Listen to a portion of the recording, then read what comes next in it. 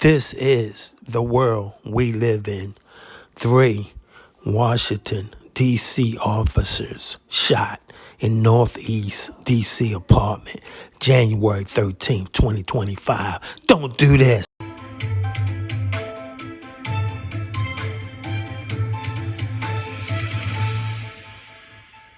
Latest on a shooting in the district where police say a man shot 3 officers inside a building in Northeast D.C. this morning before the officers shot and killed the suspect. All unfolding at this building in the 300 block of Florida Avenue, not far from Union Market. We're going to start with News 4's Joseph Olmo, who joins us from outside the hospital with the condition of these officers. Joseph. Hey, Erika, good morning. Yeah, this was a shootout between 3 Metropolitan Police Department officers, D.C. police officers, and a suspect. You noted that suspect died. We don't have a lot of information about what led up to the shooting. Police officers were called. You mentioned this is a building. I'll be more specific. This is an apartment building in the Union Market area, just down the street from the Trader Joe's and from the metro station there, the Noma Gallaudet metro station, if you're familiar with the area. They were called at around 4:30 this morning. Again, we don't really know what ultimately led to the altercation between the police officers and the suspects. They were trying to arrest this suspect after there were 911 calls saying that the suspect was shooting in the lobby of this apartment complex. So we asked D.C. Police Chief Pamela Smith at a press conference shortly after that shooting how her 3 officers are doing. Here's what she had to say. Our officers right now are in good condition. They're talking, and when I say good, I do mean that they're stable, in other words, but they are talking. I'm actually headed to the hospital as soon as I leave this press conference. And what I will say is this is yet another reminder of the daily dangers that we face every day in our city and across the U.S. I'm very grateful that our officers were able to get through this particular incident without any further injuries.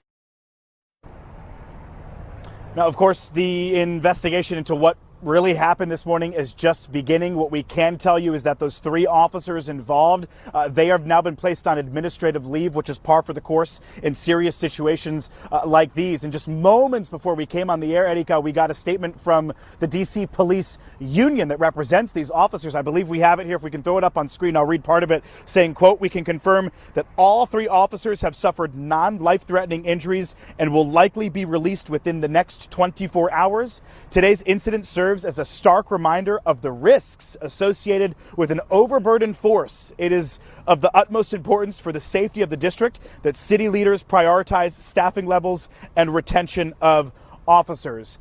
We have not had a chance to reach back out to D.C. Police to get their reaction to that statement from the union. But what we can tell you is that there are 3 D.C. police officers in the hospital behind me right now recovering, all, as we just heard the chief say, in good condition. They are They are talking after the shootout between a suspect inside of an apartment building early this Monday morning in Union Market. Erika. All right, our Joseph Olmo standing by there outside the MedStar Hospital. We go to Juliana Valencia at the scene there near Union Market, who's been covering this developing story since this began to unfold. Juliana, we go to you now. What's the very latest there with that active crime scene investigation?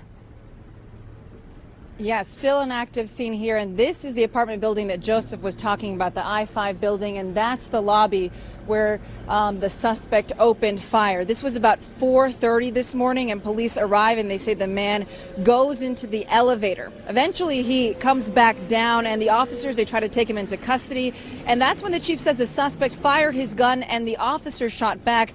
3 officers are hit. Another officer gave the suspect first aid, but he died on the scene. And here's what one woman who lives nearby had to say about what happened. A little shocked, and like the fact that somebody passed away, that makes me scared. I love DC and I want to stay in DC. This will make me question if that's something I want to do if somebody's, dying. And these are like luxury, nice apartments, so that could question if I want to continue to stay in DC. The I-5 building is one of the more affordable luxury buildings in the area. Part of it is co-living, which means you can rent just your room and not necessarily know your roommate, but share a living space. Another person who lives across the street was leaving her apartment shortly after it happened and got this video of all the police cars lined up. She says it's very common for people to just follow behind someone else and get inside these apartment buildings. It's really scary because tailgating, it's an issue, I think, in my apartment building and a lot of apartment buildings around here because, you know, at these off hours, like at 5:30, most of the people that work in these buildings, they're temps or they're hired security. They don't really know the residents. And so oftentimes people will come in, and I think for two people to be the, the doorkeepers of like 300, 400 residents and have to know all of them, it's really tough for them and it puts them in a hard position.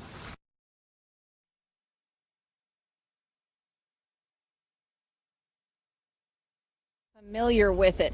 And this morning there was some confusion trying to get around the crime scene. Police had these streets down here blocked off. You know, Noma is such a busy area. You have so many apartment buildings right here. The Noma Metro is down there. And earlier today, Erica, these streets were blocked off past closer to 2nd Street. Now, just a couple of minutes ago, they've reduced the crime scene to just outside of the apartment building, helping traffic finally go through this morning. But again, so many people, they stopped me this morning, Erica, concerned, asking about what happened, and then shocked to hear that a man had opened fire.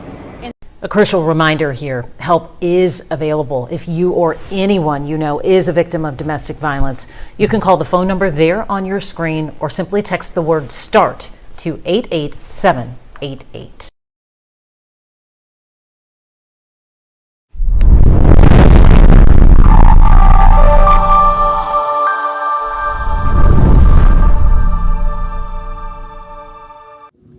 Thanks for watching. We appreciate you. Please subscribe.